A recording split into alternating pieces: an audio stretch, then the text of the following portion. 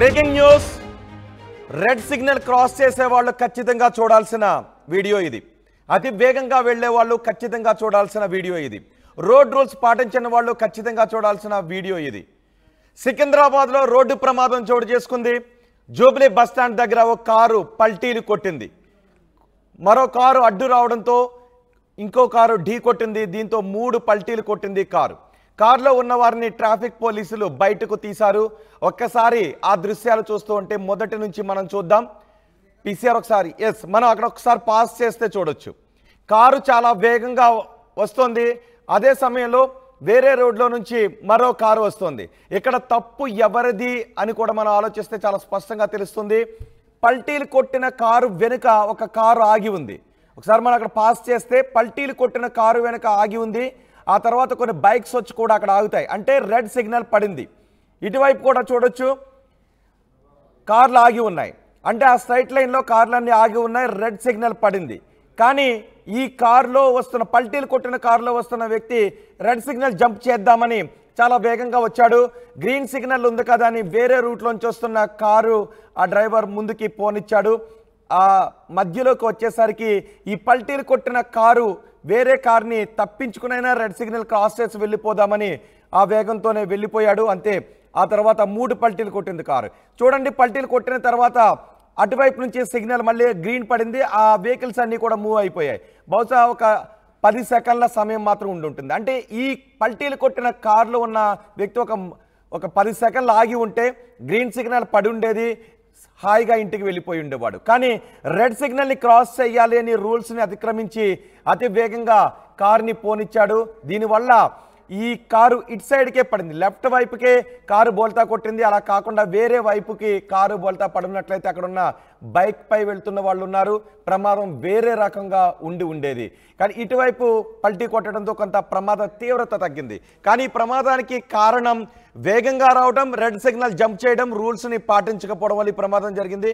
ప్రమాదం జరిగిన వెంటనే అక్కడ ఉన్న ట్రాఫిక్ పోలీస్ వెంటనే అక్కడికి వచ్చాడు. కారులో ఉన్న వాళ్ళని చూడండి, ట్రాఫిక్ పోలీస్ కూడా అక్కడికి వెళ్తున్న దృశ్యాలు చూస్తున్నాం. బైక్ పై ఉన్న వాళ్ళు కూడా కారులో ఉన్న వాళ్ళని బయటకు తీయడానికి సాయం చేయడానికి వాళ్ళు పరుగున వస్తూ ఉన్నారు.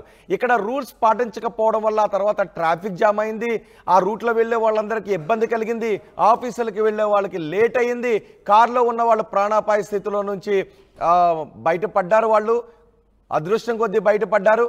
అన్ని పల్టీలు కొట్టిన తర్వాత కారు ఏ విధంగా ఉంటుంది, అందులో ఉన్న వాళ్ళు ఏమైపోయారో అనే భయం అక్కడ ఉన్న వాళ్ళందరినీ కనిపించింది. చూడండి, ఒక్కసారి కారు 2 కార్లు ఢీ కొన్న దగ్గర నుంచి మనం చూస్తే ఎంత భయానకంగా ప్రమాదం ఉందో ఒకసారి మళ్ళీ మొదటి నుంచి ఆ విజువల్స్ ప్లే చేద్దాం. కారు వేగంగా వస్తుంది. వేరే వైపు నుంచి కారు తన రూట్లో రైట్ వేలోనే వెళ్ళడానికి ప్రయత్నం చేస్తున్నాడు. కానీ రెడ్ సిగ్నల్ పడ్డ కారుని ఢీ కొట్టడంతో కారు డైరెక్షన్ మారింది. డైరెక్షన్ మారడంతో వేగంగా ఉన్న కారు పల్టీలు కొట్టుకుంటూ వచ్చి ఇంత దూరం వచ్చి పడింది. అదే వేరే వైపు రైట్ సైడ్ వైపు పడినట్లయితే ఆ కారును, ఆ పక్కన ఉన్న బైక్ను ఢీ కొట్టి ఉండేది. వేరే వాళ్ళకి ప్రాణాపాయం జరిగి ఉండేది.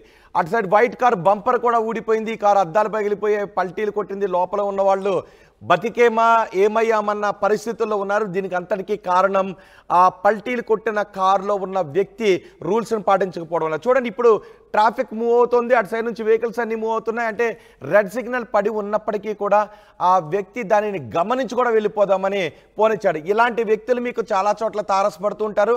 మొన్న నేను ఒక చోట చూశాను.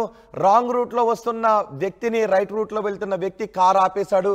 నువ్వు వెనక్కు తిప్పు, నీ కారు రైట్ రూట్లో వెళ్ళు అంటూ గొడవ చేయడంతో కాసేపు వాదించి చేసేది లేక మళ్ళీ రైట్ రూట్లో వెళ్ళాడు. చాలా చోట్ల ఆర్టీసీ బస్సులు కూడా రెడ్ సిగ్నల్ పడి ఉన్నప్పటికీ కూడా రూల్స్ని పాటించకుండా వెళ్ళిపోతున్నారు. దయచేసి ఆర్టీసీ డ్రైవర్లు కూడా రెడ్ సిగ్నల్ పడ్డప్పుడు రూల్స్ని పాటించండి. ఎందుకంటే మీ వెనక చిన్న వాహనాలకు సిగ్నల్ కనిపించక మిమ్మల్ని ఫాలో అయ్యే అవకాశం ఉంటుంది. ప్రమాదాలు జరిగే అవకాశం కూడా ఉంటుంది. చాలాసార్లు ఆర్టీసీ డ్రైవర్లు కూడా రూల్స్ ఫాలో కావట్లేదు. నన్ను ఏమనుకున్నా సరే కావాలంటే మీరు రెడ్ సిగ్నల్ని ఏ విధంగా క్రాస్ చేస్తున్నారో నేను వీడియో తీసి కూడా మీకు చూపించగలుగుతాను. ఈ రకంగానే చాలా మంది రోడ్లపై వెళ్ళే వాళ్ళు రూల్స్ పాటించడం లేదు. హైదరాబాద్లో అయితే చాలా వరస్ట్గా డ్రైవ్ చేస్తున్న వాళ్ళ సంఖ్య పెరుగుతుంది. ఖచ్చితంగా వీళ్ళకి భారీగా ఫైన్లు వేయాలి. అవసరమైతే వారం రోజులు జైలు శిక్షలు విధించే ఏర్పాట్లు కూడా చేయాలి. ఆ విధంగా శిక్షలు ఉండాలి అని చాలా మంది డిమాండ్ చేస్తున్నారు. ఇక్కడ కూడా రూల్స్ని పాటించకపోవడం వల్లే ఇంత ప్రమాదం జరిగింది. ఒకవేళ ఈ ప్రమాదం ఇంకా విస్తరించున్నట్లయితే బైక్ పై వెళ్తున్న వాళ్ళలో ఢీ కొట్టున్నట్లయితే ప్రమాదం చాలా ఘోరంగా ఉండేది. హైదరాబాద్లో చాలామంది, హైదరాబాద్లోనే కాదు నిజానికి చాలా చోట్ల సిటీల్లో ఏ మాత్రం రోడ్ రూల్స్ని పాటించట్లేదు. హైదరాబాద్లో మనం ఇంటి నుంచి బయట అడుగు పెడితే చాలు వాహనాలను ఇష్టానుసారం రూల్స్ని అతిక్రమిస్తూ డ్రైవ్ చేసే వాళ్ళు మనకు కనిపిస్తారు. ఆర్టీసీ బస్సుల దగ్గర నుంచి ఆటో డ్రైవర్ వరకు, బైకులపై వెళ్ళే వారి దగ్గర నుంచి సైకిల్ పైన నడిచి వెళ్ళే వాళ్ళ వరకు ఎవరు కూడా రూల్స్ని పాటించట్లేదు. రాంగ్ రూట్లో వెళ్ళే వాళ్ళ సంఖ్య పెరిగిపోతుంది. రెడ్ సిగ్నల్ పడితే దాన్ని జంప్ చేసే వాళ్ళ సంఖ్య పెరిగిపోతుంది. ఎల్లో సిగ్నల్ పడ్డప్పుడు మీరు కొంచెం స్లో అవ్వండి, మూమెంట్ని తగ్గించుకోండి అనే సిగ్నల్ దాని అర్థం. కానీ ఎల్లో సిగ్నల్ పడుతుంది అన్న వెంటనే రెడ్ పడుతుంది కాబట్టి మనం చాలా వేగంగా వెళ్ళిపోవాలి, ఆ రోడ్ని మనం క్రాస్ చేయాలి అనే ఉద్దేశంతో వెళ్ళిపోతున్నారు. ఇది చాలా ప్రమాదాలకు దారితీసే అవకాశం ఉంటుంది. ఇక్కడ కూడా కారు నడుపుతున్న వ్యక్తి రెడ్ సిగ్నల్ పడి ఉన్నప్పటికీ కారును వేగంగా పోనివ్వడం వల్ల ఇంత ప్రమాదానికి కారణమైంది. దయచేసి ఈ ప్రమాదం చూసిన తర్వాత అయినా మీరు రెడ్ సిగ్నల్ జంప్ చేసే అలవాటు మీకుంటే మానుకోండి. రాంగ్ రూట్లో వాహనాలను నడిపే అలవాటు మీకుంటే మానుకోండి. రోడ్ రూల్స్ని పాటించని అలవాట్లు మీకుంటే దయచేసి వాటిని మానుకోండి.